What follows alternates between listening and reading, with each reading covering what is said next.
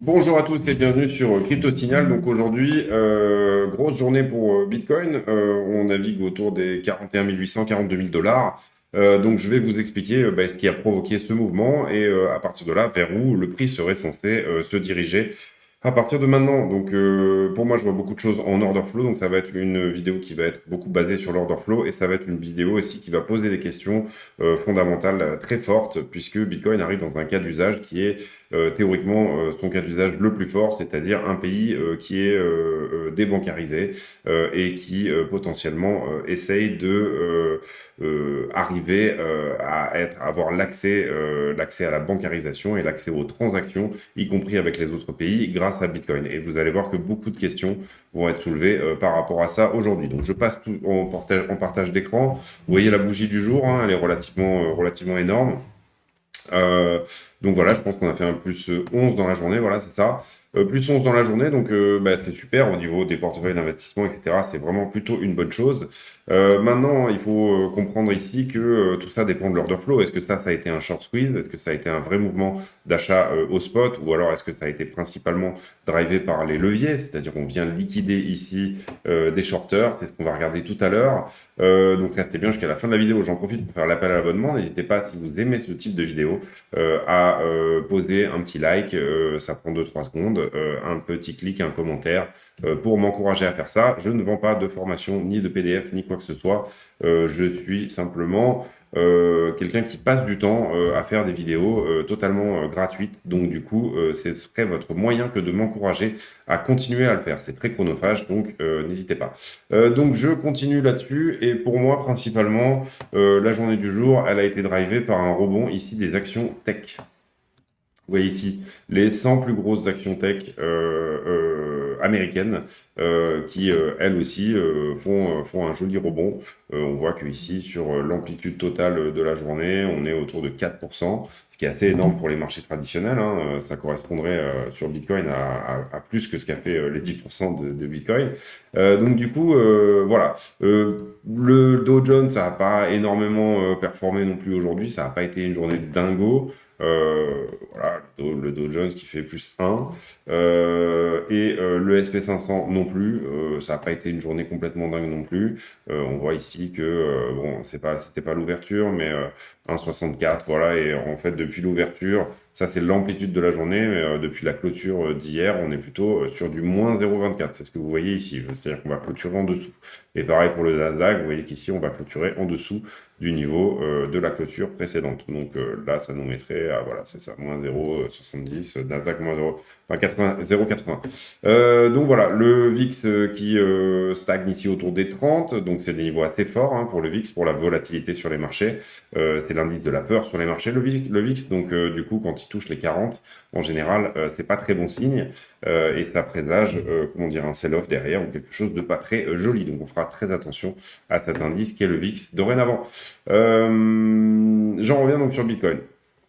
Bon, bah, Bitcoin, market cap total à 1 800 000, donc c'est des niveaux vraiment corrects. On a aujourd'hui bien repris. Et pourquoi on a repris?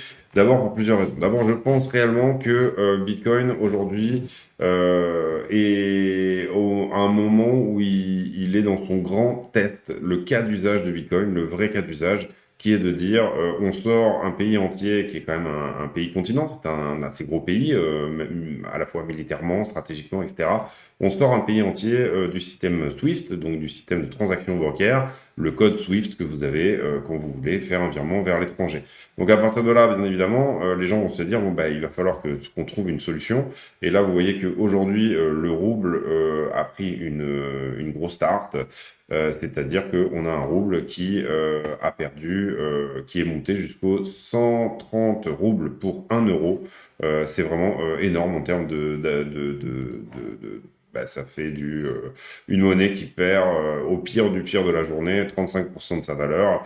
Et là, on se stabilise vers les 25%, donc c'est vraiment énorme.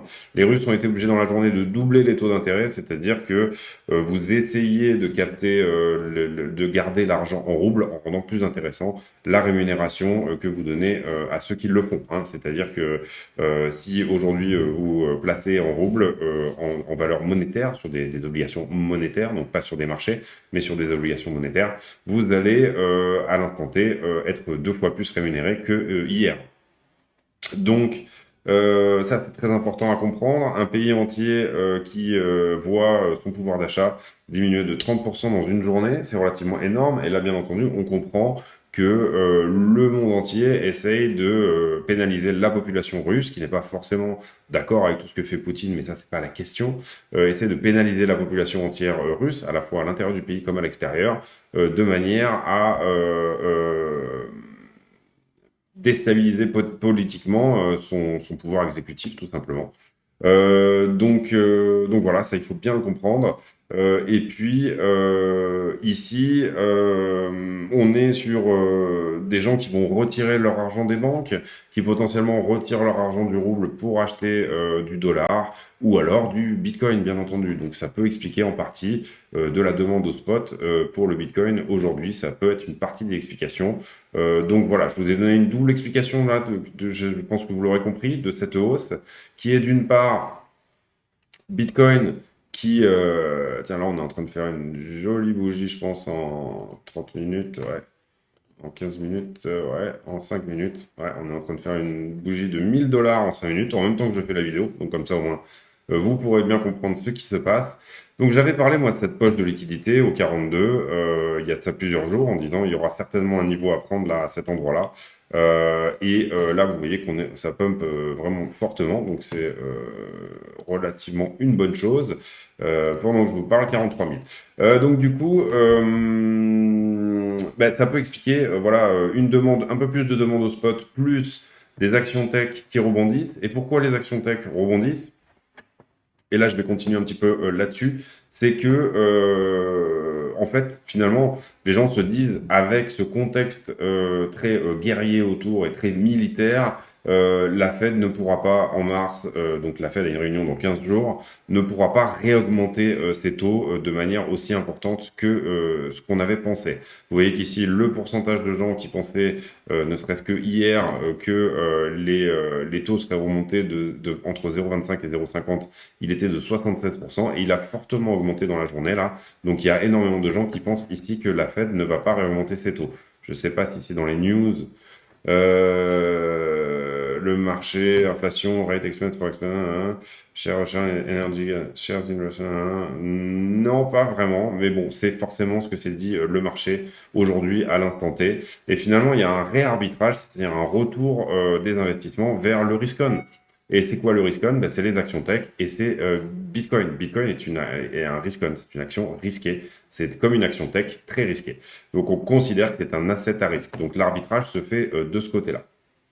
Par contre, il faut comprendre ici, et on va, je pense, ici passer sur l'order flow. Donc je vous ai parlé de la double narration qui est de dire Bitcoin comme un cas d'usage pour une population qui est débancarisée. Attention à ce que la Russie ne soit pas diabolisée dans l'autre sens, c'est-à-dire qu'on ne diabolise pas Bitcoin comme étant la nouvelle monnaie des Russes. Les Russes parlent à l'instant T et j'ai des informations d'insider par rapport à ça, enfin d'insider, tout simplement parce que ma femme est russe et qu'elle suit aussi l'actualité des crypto-monnaies avec moi dans les langues russes et la Russie parle à l'instant T de rendre les crypto-monnaies, d'envisager de rendre les crypto-monnaies comme une monnaie légale, c'est-à-dire comme l'a fait le Salvador. Donc vous imaginez, c'est un débat, hein. C'est pas, je ne vous dis pas que c'est quelque chose qui va se faire, mais vous imaginez si la Russie commence à rentrer là-dedans, on pourrait être dans un truc qui diabolise un peu Bitcoin et ça serait à la fois bon par rapport à l'adoption globale sur le long terme, mais plutôt à court terme quelque chose de pas très bon, puisque les gens diraient, bah regardez, le Bitcoin, c'est la monnaie des Russes, les grands méchants russes. Ici, on voit que c'est important de regarder que le Nasdaq, donc bah, c'est exactement ce que je vous ai dit, c'est-à-dire que le Nasdaq remonte, le SP 500 et le Dow Jones sont plutôt en perte à l'instant où je vous parle. Donc un arbitrage qui se refait vers les actions risquées. Moi, je vous avais parlé au moment où il y a eu ce sell-off, je vous ai dit bah, c'est un point d'achat, c'est pas un point de vente. L'invasion, le jour de l'invasion, je vous ai dit on est sur un très bon point d'achat. Et ensuite, je vous ai dit on va ranger entre les 37 et les 41. Et ben là, finalement, on est allé chercher cette poche de liquidité dont je vous parlais aussi, qui était plutôt au 42.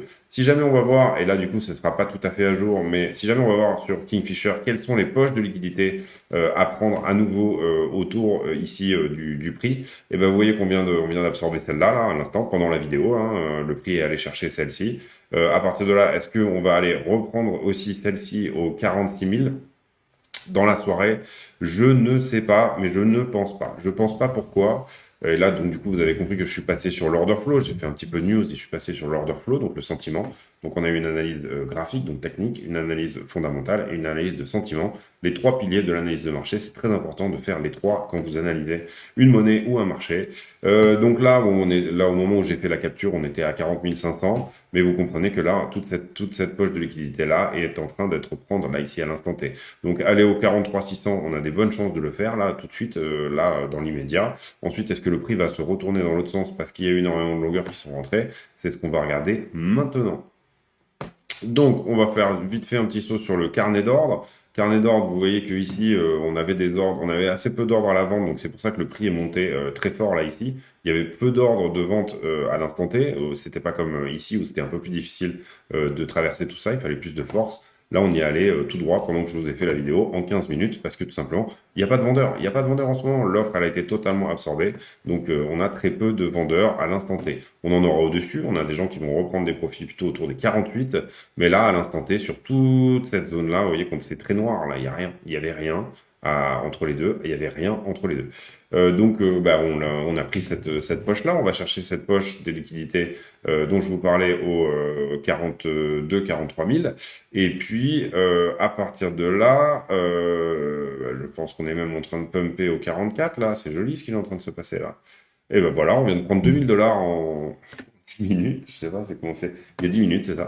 On vient de prendre 2000 $ en 10 minutes. Bah, c'est super, c'est très bien. Par contre, attention à vous, parce que là, quand on regarde l'order flow, c'est pas très joli. C'est pas très joli, pourquoi?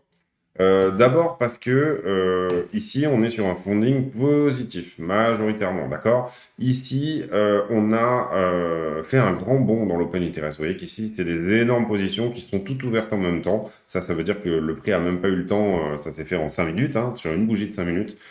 Ici, on passe des 5 milliards d'open interest à 7 milliards. Enfin, quand je dis 5 milliards, je ne suis pas très précis, 5,8 à 7 milliards, donc 1,2 milliard d'open interest qui s'ouvre sur une seule position quasiment. Donc ça a créé ici un prix de liquidation à venir prendre sous ces niveaux-là. Donc qu'est-ce que ça veut dire? Bah, ça veut dire que là, on est venu chercher cette poche dont je vous parlais au 44 maintenant, cette deuxième poche au-dessus, là, tac. Donc ça, c'est pris. Et puis, on a la prochaine poche, elle est plutôt autour, on l'avait vu sur Kingfisher, des 46, c'est celle-là, là, 45 692. Donc du coup, là, cette poche-là, elle est un peu loin du prix à l'instant T. Donc peut-être que on va venir chercher ici ces grosses positions qui se sont ouvertes là sur du funding positif et de la très grosse position. Vous voyez qu'ici, normalement, on aurait dû short squeezer puisque le prix est monté énormément. Donc on aurait dû clôturer des contrats, on aurait dû nettoyer de l'open interest. Et on voit bien que ça n'a pas été le cas. Les contrats ont été ouverts. Donc ça veut dire qu'il y a des longues qui se sont ouverts pendant cette montée-là, pendant toute cette montée, enfin surtout en bas là. Donc un retour aux 38 000 n'est qu'une histoire de temps.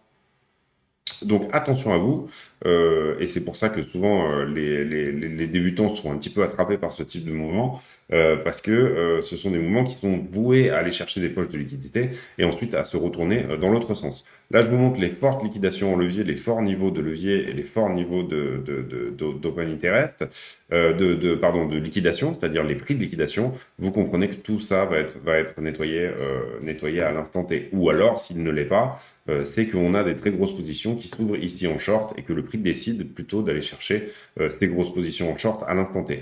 Pour le moment, pour moi, un retour au 39,9 est sûr et certain, c'est-à-dire moins 10%, hein, puisqu'on est au 44 là, et potentiellement un retour au 37-38 sera à envisager, mais je vous parle là ici d'un futur proche. Ici, vous comprenez qu'on est à 20 milliards de delta, c'est-à-dire 20 milliards à liquider au-dessus en dessous du prix, pardon. Et vous comprenez ici que tout ce qu'on voit sur Kingfisher ici, donc là, on est autour des 40, on va regarder le prix actuel. 44 000. Donc là, on est un petit peu dans une zone où il n'y a rien, c'est-à-dire qu'on est par là, voilà. On est ici. Voilà. Est-ce qu'on décide d'aller prendre cette poche-là? Mais moi, personnellement, si jamais j'étais vous, je prendrais ici profit autour des 46, c'est-à-dire que c'est pour moi la prochaine zone de profit dans laquelle il faudra envisager de vendre une partie de votre bague de manière à vous à hedger votre position et à racheter cette même vente que vous aurez fait, à reprendre le stablecoin pour éventuellement racheter autour des 30, je dirais 39, moi, je n'irai pas jusqu'à 37, mais je dirais 39. Voilà. C'est mon avis, ça n'engage que moi, c'est ma lecture de mes indicateurs et c'est ma routine à moi, donc je vous la livre. Après, faites bien entendu vos propres plans et n'hésitez surtout pas à aller faire vos propres recherches sur tout ça. Ensuite, à partir de là, un retour du CME, et moi je regarde beaucoup le CME en ce moment parce que en fait c'est le retour des institutionnels. Et pour moi, pour que le mouvement prenne vraiment de l'ampleur, il faut que la bourse revienne sur Bitcoin. On voit aujourd'hui que ça a peut-être été un petit peu le cas au travers de justement ce revirement et ce réarbitrage des actions qui retournent vers le risqué, hein, vers le risque.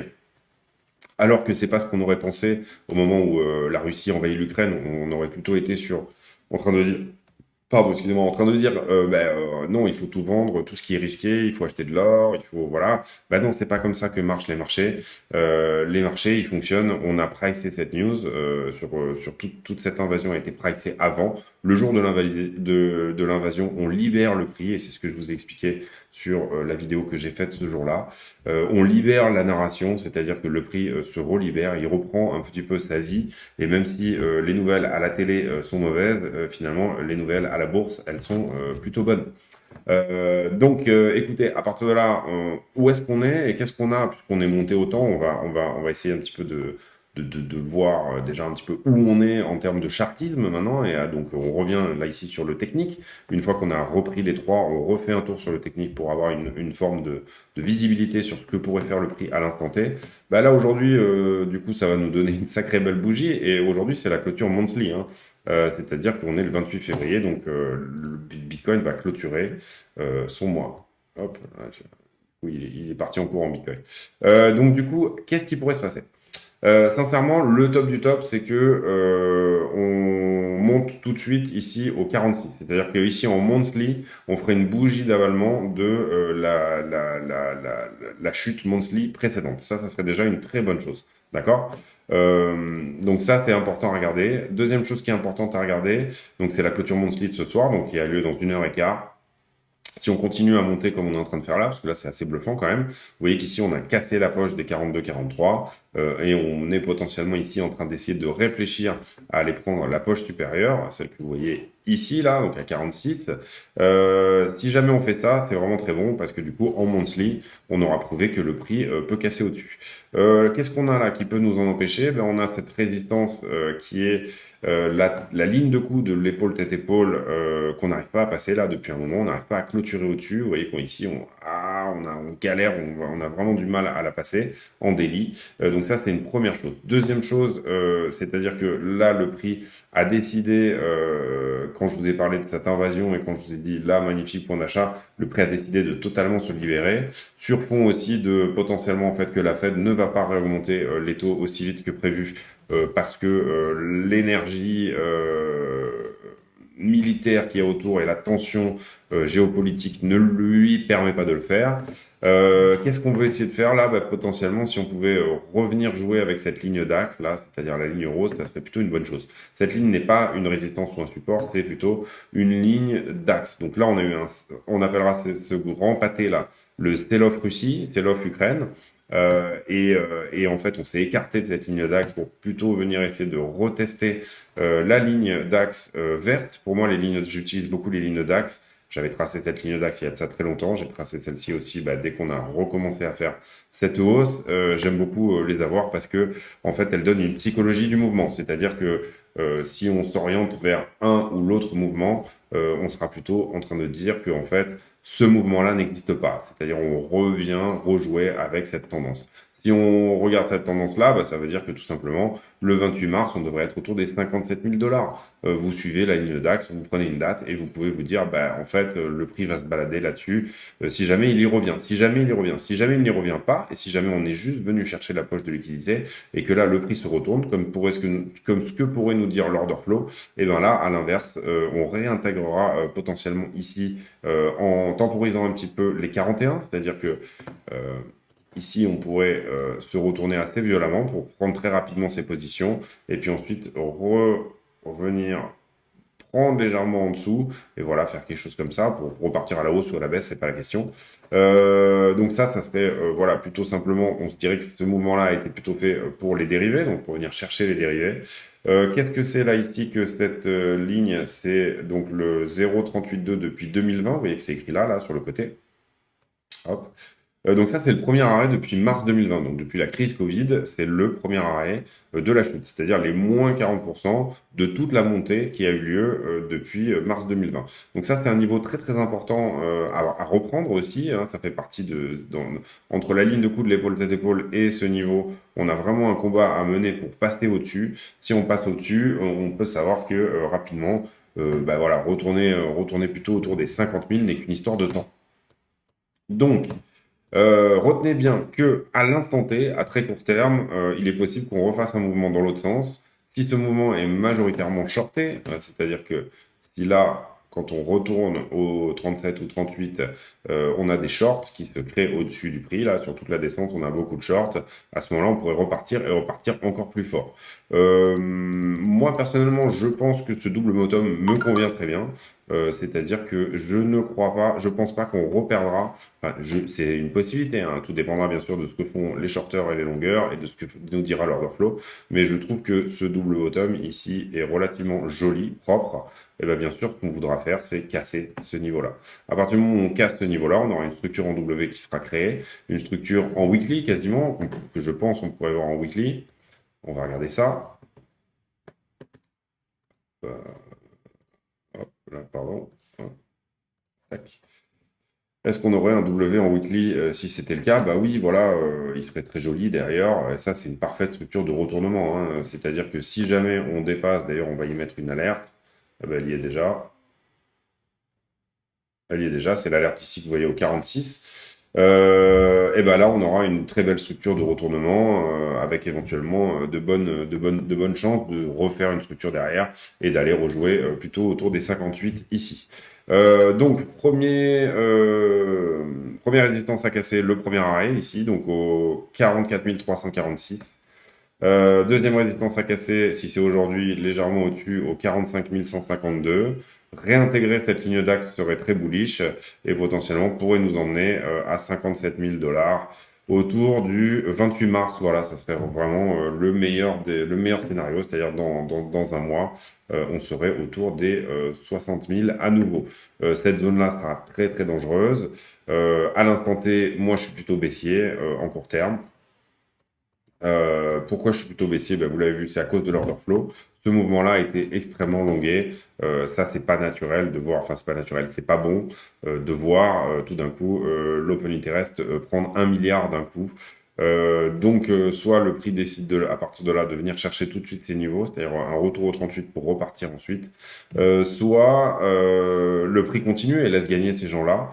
Vous voyez ici que la défense est belle et vous voyez ici aussi que contrairement à celle-ci, cette hausse-là, celle qu'on a eue pendant la vidéo, là, n'a pas augmenté l'open interest. Le funding est toujours positif, mais on n'a pas eu d'énormes positions qui se sont ouvertes.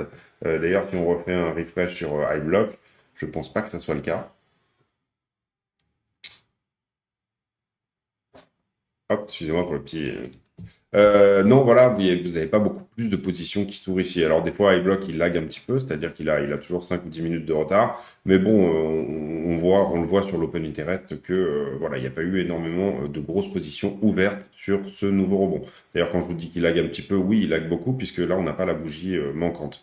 Donc, cette bougie-là manquante, elle est venue au 44, c'est ça. Donc, tout ce monde-là a été liquidé là au-dessus. Voilà. Bon, à l'instant T, pour moi, je serais plutôt en faveur d'un un retest des 41, par exemple, serait plutôt une bonne chose. C'est-à-dire 41 était un support difficile à passer, et on l'aurait passé, et là, donc potentiellement, on reviendrait au moins, à minima, retester les 41, voire faire un petit point en dessous, c'est-à-dire les 39, histoire de prendre tout le monde. On refera de toute façon un gros point là-dessus demain, voir ce qui s'est passé pendant la nuit, ce que vont nous donner les Asiatiques. Les Asiatiques recommencent à se réveiller un petit peu en ce moment, donc c'est plutôt une bonne chose pour la volatilité nocturne de Bitcoin. Voilà, je voudrais terminer sur quelque chose qui me paraît important. C'est que ici sur CoinDesk, il parle de l'Ukraine demande aux exchanges de geler les acomptes biélorusses, etc. Et Binance et Kraken ont dit non, et D-Market va le faire. Donc là, c'est important parce qu'on touche réellement à la liberté, et les cryptos sont une forme de liberté.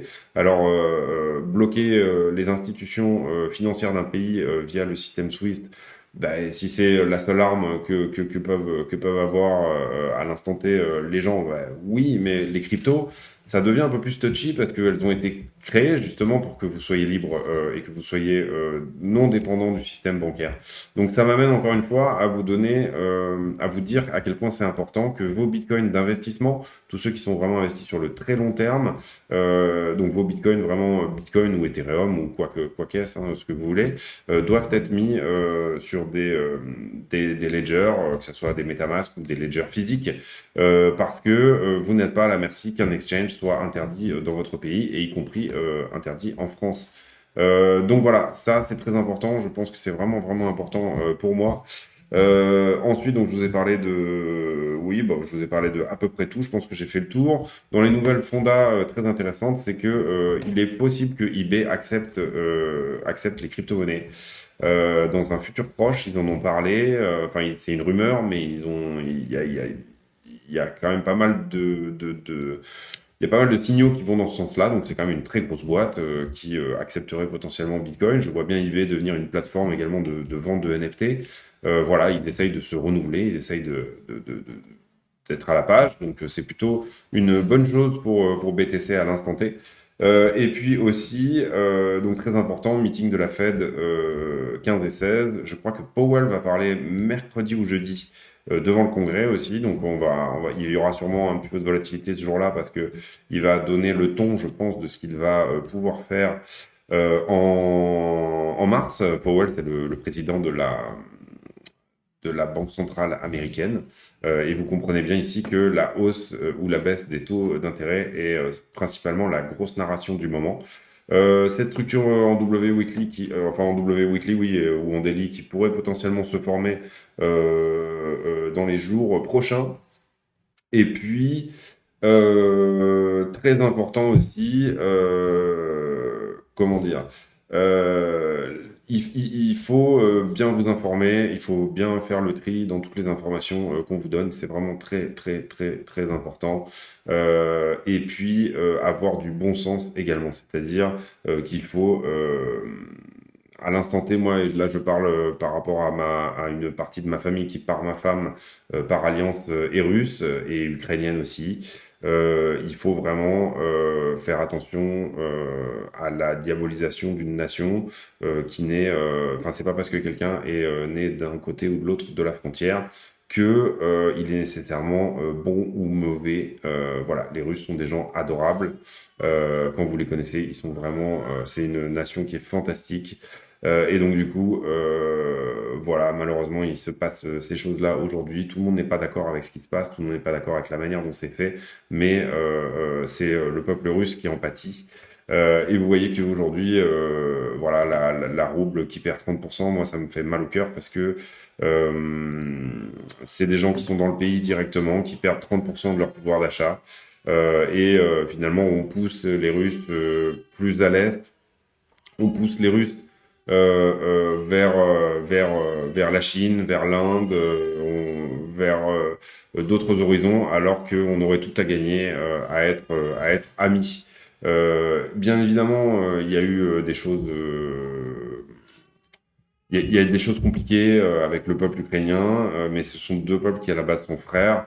Et c'est triste que on en arrive là, alors que en fait les peuples souffrent à cause d'enjeux qui sont pas vraiment les leurs, entre guillemets, ils sont un petit peu manipulés aussi, d'un côté comme de l'autre, parce que leur territoire est intéressant pour isoler l'une ou l'autre d'une puissance. Vous comprenez bien que euh, les Américains n'ont aucun intérêt à ce que l'Europe et la Russie marchent main dans la main, et ça fait des années que ça dure, ça fait des années que c'est comme ça.